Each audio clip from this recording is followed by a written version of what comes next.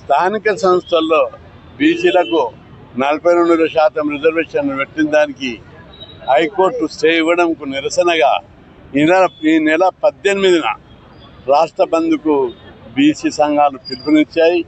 BC సంఘాలు 35 BC సంఘాలు 136 కుల సంఘాల ఆధ్వర్యం లోపల బీసీ జాక్ ఏర్పడ్డది. ఈ బంద్కు అన్ని రాజకీయ పార్టీలు పూర్తి స్థాయి మద్దతు ఇచ్చాయి. బీజేపీ మద్దతు ఇచ్చింది, టీఆర్ఎస్ మద్దతు ఇచ్చింది, కాంగ్రెస్ పార్టీ ఇచ్చింది, సిపిఐ, సిపిఎం అందరూ, నక్సలైట్ కూడా మద్దతు ఇచ్చారు. చివరకు అందరూ తీర్మానం మల్లన్న, అదేవిధంగా కవిత, అనేక స్వచ్ఛంద సంస్థలు, రాజకీయ పార్టీలు పూర్తి స్థాయిలో మద్దతు ప్రకటించారు. రాష్ట్రంలోని ఇంతవరకు టౌన్లలో అయింది, ఇప్పుడు గ్రామాలలో కూడా బంద్ జరిపేటటువంటి స్థాయికి ఈ ఉద్యమం ఎదిగింది. రాష్ట్ర వ్యాప్తంగా రిపోర్ట్స్ వస్తున్నాయి. బంద్ జరిపే సోదరులందరికీ నేను విజ్ఞప్తి చేస్తున్నా, షాపులు, బస్సులు బంద్ అవుతాయి, స్కూళ్ళు, కాలేజీలు కూడా బంద్ చేస్తామని మేనేజ్మెంట్ నిర్ణయించారు. గవర్నమెంట్ కాలేజీలు కూడా బంద్ చేయాలి. అదేవిధంగా కార్యకర్తలకు నేను విజ్ఞప్తి చేస్తున్నా, పీస్ఫుల్గా ఈ ఉద్యమం నడపండి. ఎందుకంటే అనేక మంది చాలా ఆవేశంగా ఉన్నారు. మా బీసీలకు ఏది పెట్టినా కోర్టులు అడ్డుకుంటున్నాయి, బీసీలు అంటే చిన్న చూపు చూస్తున్నారు, ఖబర్దార్ అని దేశవ్యాప్తంగా అల్లర్లు అవుతున్నాయి. చాలా పీస్ఫుల్గా బీసీ సంఘాలు అన్ని వాటిని కంట్రోల్ చేయాలి. ఎందుకంటే హైకోర్టు స్టే ఇవ్వడంలో ఎలాంటి హేతుబద్ధత లేదు.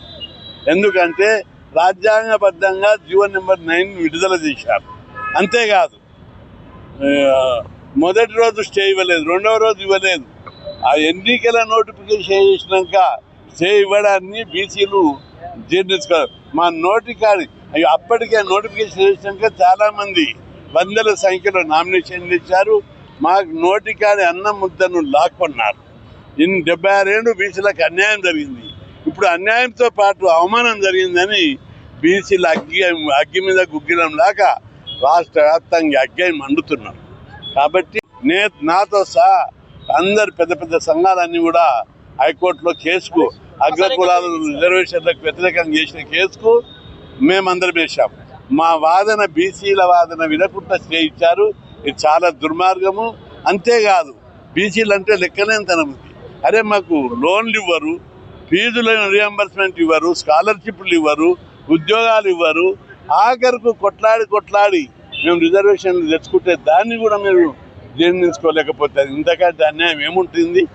మేము అగ్రకులాలకు వ్యతిరేకంగా వాళ్ళకు రిజర్వేషన్లు ఇచ్చినప్పుడు, లోన్లు ఇచ్చినప్పుడు మేము వ్యతిరేకం చేయలేదు. వాళ్ళు అగ్రకుల సోదరులు, రెడ్డి జాగృతి వాళ్ళు రెడ్లలో ఉన్న బీదలను అభివృద్ధి చేయడానికి పోరాడాలి. మాకు అవి కావాలి, ఇవి కావాలని మేము అభ్యంతరం చెప్పాం. మా నోటికాల ముద్దకు మాకు కొట్లాడి తెచ్చుకున్న సర్పంచులలో, ఎంపీటీసీ, జడ్పీటీసీ రిజర్వేషన్లకు మీరు ఎందుకు అడ్డు తగులుతున్నారు? మీకు ఏ హక్కునని అడ్డు తగులుతున్నారని చెప్పి ప్రశ్నిస్తున్నారు. పల్లెటూరు భాషలో మాట్లాడాలంటే మాకు రిజర్వేషన్లు ఇస్తే మీకు ఎందుకు కడుపుమంట, మీకు ఎందుకు బాధ? అందుకే బీసీలు అంతా తిరగబడ్డారు. గ్రామాలలో రెడ్డి జాగృతి వాళ్ళు అంటున్నారు, గ్రామాలలో చాలా సామాజిక ఉద్రిక్తలు ఉన్నాయి. నేను బీసీలకు విజ్ఞప్తి చేస్తున్నా, శాంతియుతంగానే పోరాడండి. మనం అనేక రోజులుగా కలిసి జీవిస్తున్నాం, శాంతియుతంగా ఉండాలి. మన దేశంలో బుద్ధుడు, స్వామి వివేకానందుడు, ఆది శంకరాచార్యుడు, స్వామి వివేకానంద పుట్టిన దేశం. అందుకే శాంతి సహనం తోటి ఉద్యమాన్ని చేయాలని చెప్పి నేను విజ్ఞప్తి చేస్తున్నా. ఈ ఉద్యమం బీసీలకు చట్టబద్ధంగా, రాజ్యాంగబద్ధంగా రిజర్వేషన్లు ఇచ్చే వరకు కూడా వదిలిపెట్టేది లేదు. ఈ సమస్యకు శాశ్వత పరిష్కారము, రాజ్యాంగంలో చిన్న సవరణ. అందుకు ప్రభుత్వం చిత్తశుద్ధితో పోరాడాలి. ప్రభుత్వం తమ ఎంపీల ద్వారా, తమ పార్టీ నాయకత్వం ద్వారా గట్టిగా పోరాడితే ఖచ్చితంగా సాధ్యమవుతుంది. ఏదేదో కంటి తుడుపు చర్యగా చేస్తే కాదు. అందుకే ఈ ఉద్యమాన్ని ముందుకు తీసుకుపోవడానికి బీసీ ఉద్యమం చాలా బలంగా ఉంది. దీన్ని కొనసాగించాలి, ఇది అట్టే కొనసాగించాలని చెప్పి ప్రతి బీసీకి, సర్పంచులకు, ఎంపీటీసీలకు, ఎక్స్ సర్పంచులకు, ఎక్స్ ఎంపీటీసీలకు ప్రతి ఒక్కరికి నేను విజ్ఞప్తి చేస్తున్నాను.